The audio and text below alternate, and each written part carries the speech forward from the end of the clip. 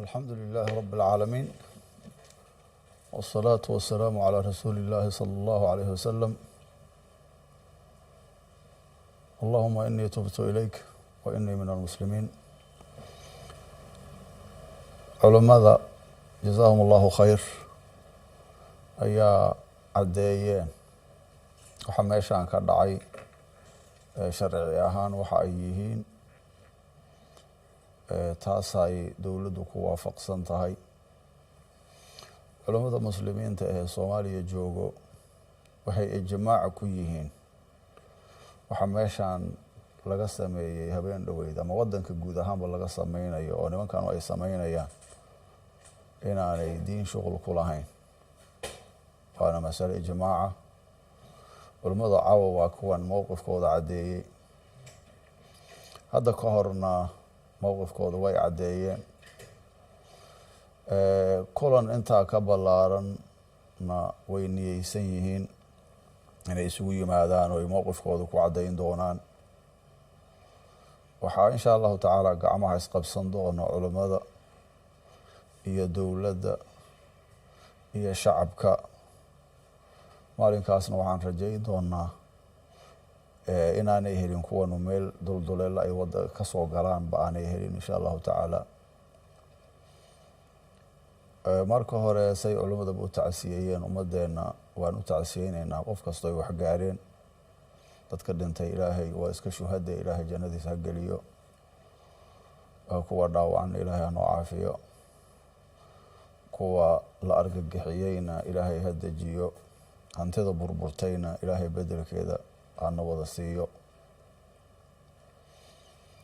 runtii culimadu way cadeeyeen waxaanu waxay yihiin intay ka sheegeen ku filan ani hadda aayadaha xadiiska soo qaadan maaye intaasaa ku filan culimadu waxay noo sheegeen nimanka in la iska dhicin karo la iska dhiciyo dhab ahaanna meelo badan baa ummadda intay is abaabuleen iska dhiciyeen maalin dhoweyd baxdaan arkayay waxaa ka dambeysay hadda hiiraan boqol meel ka mid ahaan arkayay meelo kalena way jiri doonaan sidoodaba dadka noocaan ah fikirka khaldan ama caqiidada qalloocan nabiga suu sheegay sallallahu alayhi wasallam xadiiskii muslimka tamriqu maariqatun cinda furqatin min almuslimiin markay muslimiintu iskhilaafsan yihiin unbay soo baxaan xilligaasay tarmaan xilligaasay waxaan oo kale sameeyaan waxaan rajayn doonaa in ay muslimiinta midoobaan sida uu sheegay madaxweynaha dalka Soomaali oo heshiis ah oo midaysan adduunka kalena la heshiis ah waa in la helaa buu yiri shacaarkiisa saas buu ahaa maalku dhega kaas hadii la qaato ay dadku midoobaan nimankan waxba uma suuroobi karaan misaal baan idin sheegaya Somaliland hadda waa tan oo nagama dheera hal shay waa laga fulin waayay mise ma hal shay waa laga fulin waayay limaada dadka isku duuban kan geel jiraha iyo kan ganacsiga iyo maamada guriga joogto qof walba waxa uu arko uu dareen geliya ayuu soo sheegaya waxba waa laga sameyn waayay intaas oo kale runtii waxa iyo ka badan baa la sameyn karaa marka hore horta midnimada in la soo ceshado si loo wajaho waxaan meesha ka jiro tan kale iyaduna waxaan dhihi lahaa mashaakilka maanta na haysto oo nimankan ugu salidan oo sida hadda culimada ay sheegeen masaajidii dadka lagu leynayo sujuuda lagu dilayo rukuuca lagu dilayo meel walba lagu dilayo oo qofkii xoolihiisa xoog looga qaadanayo kadib haddana isagii lagu soo weerarayo oo gurigiisa lagu duminayo oo xaaskiisa carruurtiisa lagu dilayo inta soo hartay lagu argagixinayo waa iska uquubo meesha taalo uquubadan waxay u baahan tahay marka hore bariyada ilaahay iyo horta marka hore ilaahay in la isku xiro ilaahay la magan galo fafirru ila allah xagga ilaahay in loo cararo oo ilaahay la baryo oo la toobad keeno oo runtii la ducaysto oo mashaakilkan xagga ilaahay in la isku xiro dadka dawladda waxaa laga rabaa min alra'iis ila almar'uus inay iyagoo dhan ay ilaahay isku xidhaan. waa in meelahay joogaan uu aadaanka sara mara. waa in wasaarad walba ay aadaankii ka yeeraahoy jamaacada ku tukataa salaada. waa inay iyagu noqdaan dad ilaahay ku xidhan, markaasaa baryadoodana la ajiibi doonaa insha allahu tacaala. taas marka la sameeyo xagga ilaahay loo cararo, la midoobo, wixii suuragal ahba loo diyaar garoobo, waxaa dhici doonto waxaan mashaakilkan noocaana sida ma og tahay cajiinka xabadda tinta ah looga saaro inay ummaddan isaga saari doonto insha allahu tacaala. taasna waxaan dhihi lahaa sidaas in xagga ilaahay loo laabto oo ilaahay loo toobad keeno dhammaanteenna, kadibna saas loo muwaajaheeyo. iyaga waxaan leeyahay war qofku hadduu nool yahay, horena waan u iri kelimadaase meeshaan baa maka eriye, towbuu leeyahay intuu nool yahay, rajuu leeyahay, towbadu waa iska maftuux. watuubuu ila allahi jamiica ayuha almu'minuun.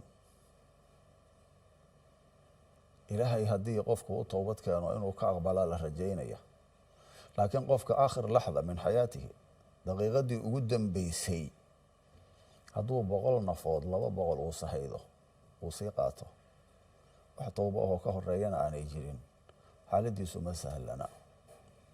iyagana waxaan leeyahay war waxaan sax ma ahane waadna ogtihiine, towbad keena oo iska dhaafa, iskaga soo baxa, waad badbaadaysaan insha allahu tacaala adduunya aakhiraba. ninka idin soo diray, qaar badan oo idin soo diro anigu aan garanayo, ilmahooda muqdishoay joogaan, jaamacaday dhigtaan, dugsiyo saray dhigtaan, nolol fiican bay ku nool yihiin. ilmo ay dhaleenna uma soo diraan shaqadan. waxaan leeyahay baraaruga, haddeer toobad keena, ka imaada, ummaddiina dib ugu soo laabta, weli fursadaa jirto ayaan leeyahay. hadda waxaaba la yidhi beryahan waad qunuudayseen baa la yidhi, ogaa culays markuu idinku dhacay, waxaa roon qunuudka inaad ku dartaan ilaahay inuu idin baabi'iyo. idinka naftiina maxaad u qunuudaysaan intaa haddaad samaynaysaan?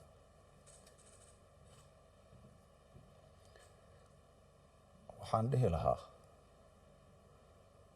ummadda meel kastoy joogaan inay ogaadaan dantooda inay ku jirto inay midoobaan oo intaan iska dhiciyaan, iska celiyaan. xadiista la sheegayay waad maqlayseen, qofka diintiisa inuu difaacdo, maalkiisa inuu difaacdo, ehelkiisa inuu difaacdo, lagu dilo waa shahiid. nebiga siduu sheegay sala allahu alayh wasalam, kaasaa shahiida.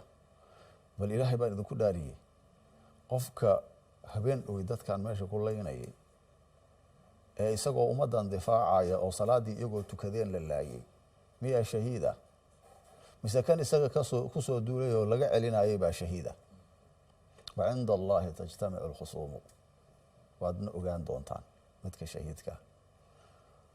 ciidanka ummaddaas difaacayay oo idinka dhicinaya dulmigaasaa shahiida insha allahu tacaala. idinkuna waxaad tihiin waad arki doontaan. anigu waxaan leeyahay ummaddeenna mar kasta aan ku celinaya, midnimaan uga gudbaynaa, tan uga gudbi karnaa. gacmaha inaan isqabsanno ayaan uga gudbi karnaa. ilaahay inaan isku xirno ayaan uga gudbi karnaa. war diintu iyagu ma leh, diintu waa diintii muslimiinta. hortoodaa muslim la ahaa, waana la ahaan doona. anigu waxaan warkayga ku soo gebagabaynayaa in insha allahu tacaala dowladdu iyo culummada oo isku duuban ummadooda inay jihayn doonaan, arrinkaana la maarayn doono insha allahu tacaala, xalna la heli doono.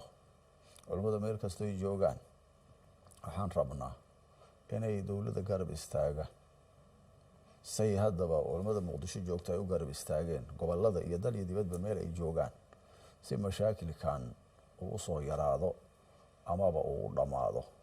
aad baad u mahadsantihiin.